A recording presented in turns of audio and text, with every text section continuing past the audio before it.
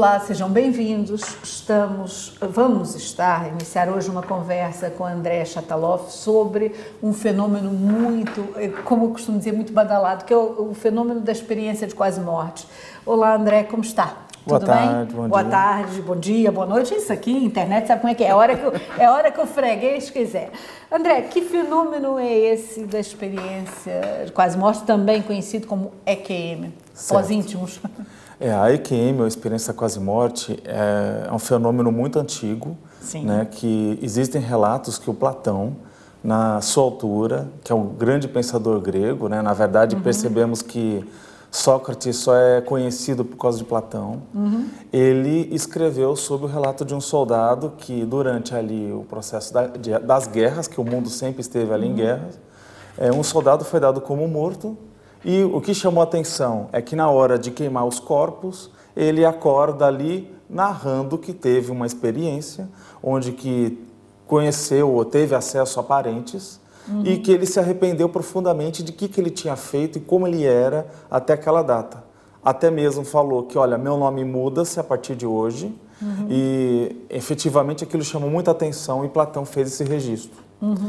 Então, nós identificamos que é algo que ocorre há séculos, é algo muito rotineiro, está envolvido desde pessoas fronteiras ao processo da morte, ou seja, um doente em nível terminal, um acidente, acidente, assim como que vem recentemente também chamando a atenção, em miúdos também vem a falar do fenômeno. Portanto, o que nós conhecemos, não é, os leigos, porque o André Chataloff é um estudioso, pertence ao IAC, que desenvolve vários cursos e várias atividades cá em Lisboa que ensinam a lidar com esse lado, com a consciência de uma outra forma, não é? Isso. A vermos-nos de outra maneira.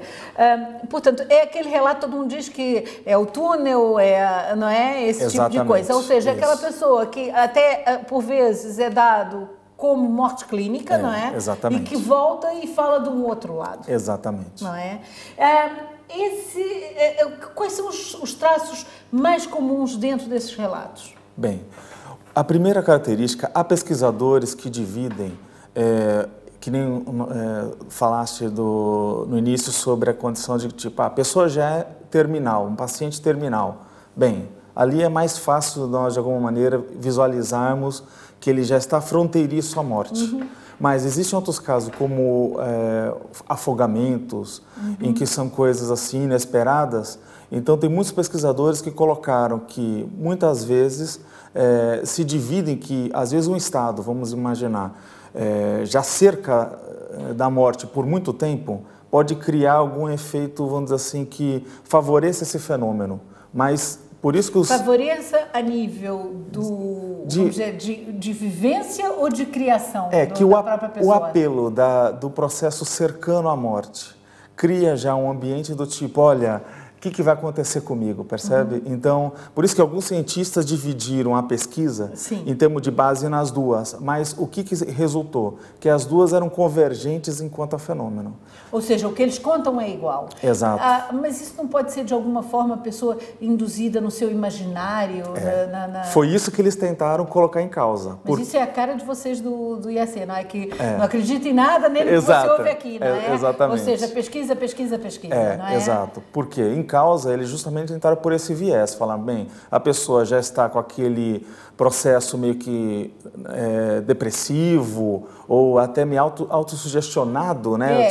Ele quer se pegar alguma coisa e pronto. Mas e o caso do afogamento ou o caso do miúdo? Então, essas pesquisas que começaram a correr em paralelo chegaram no mesmo ponto que o fenômeno, ele tem mais ou menos um processo né, comum em todos. Aí nós podemos descrevê-lo.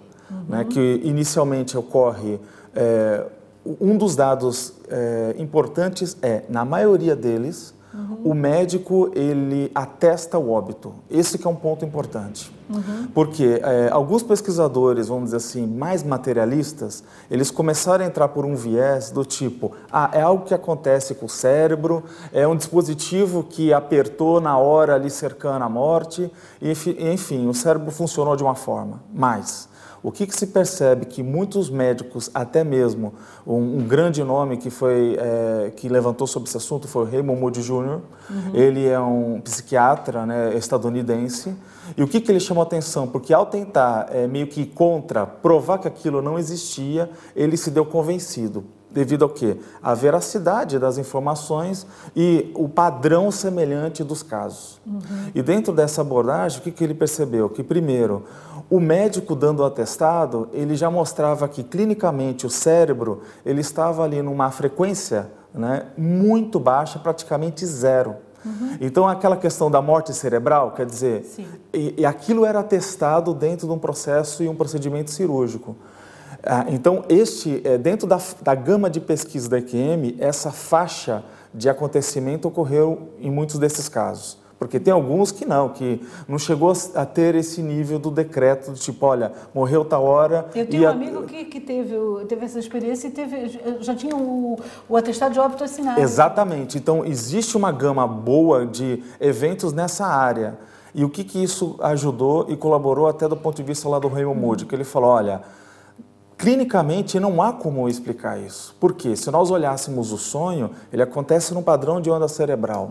Ou seja, as atividades alucinatórias ou até mesmo pesadelares, ele tem uma característica bem específica. Agora, se o cérebro ele está apagado e o médico dá o atestado, significa que, na opinião clínica dele, do ponto de vista de todos os aparelhos tecnológicos que temos, eletroencefalograma, um deles, aquilo não tem mais atividade. E aí, muitas vezes a pessoa escuta fora do corpo, numa condição extracorpórea, essa percepção de que, olha, ele falou que eu morri, e ele fica chocado. Então, esse é o primeiro passo.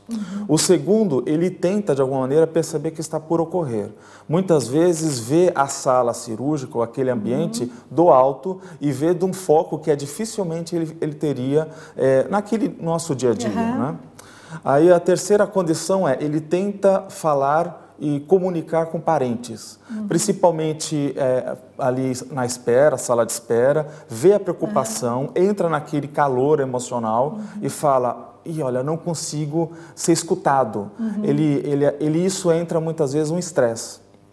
De repente, dentro daquelas características, abre-se, muitos veem uma súbita iluminação do local, luz, passa por um túnel e dá uma sensação que alguns cientistas, e nós observamos que possivelmente seria uma forma de mudança de dimensões.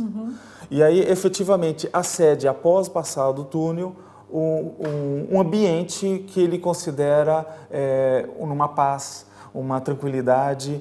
E ali, então, ele tem com parentes, muitas vezes.